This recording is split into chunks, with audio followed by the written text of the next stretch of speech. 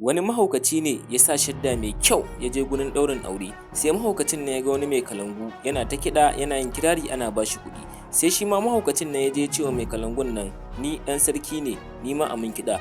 Da jin haka mai kalangu ya ruɗe ya hau kiɗa yana yi mai kirari yana cewa sai sarki jikan sarki kuma ɗan sarki. Mai kalangu sai kirari yake bai san cewa mahaukaci yake wa kirari ba. Sai mahaukaci ya ce, mai kalangu an baka kyautar mota, yaranka su ma an ba su kyautar mota. Nan take mai kalangu ya hau murna yana cewa yaushe za mu anso. Sai mahaukaci ya ce sai randa kalangu ta fashe. Nan take mai kalangu ya sa wuƙa ya fasa kalangunsa. Sai mahaukaci ya ce shi ma kalangun an ba shi kyautar mota. Sai mai kalangu ya ce amma malam baka da hankali ko? Mahaukaci ya ce hankali, shi ma an ba shi kyautar mota. Nan take mai kalangu ya tsure, idan kai ne ya za ka yi wannan mahaukacin? Sai daga ƙarshe ya fuskanci ashe mahaukaci ne.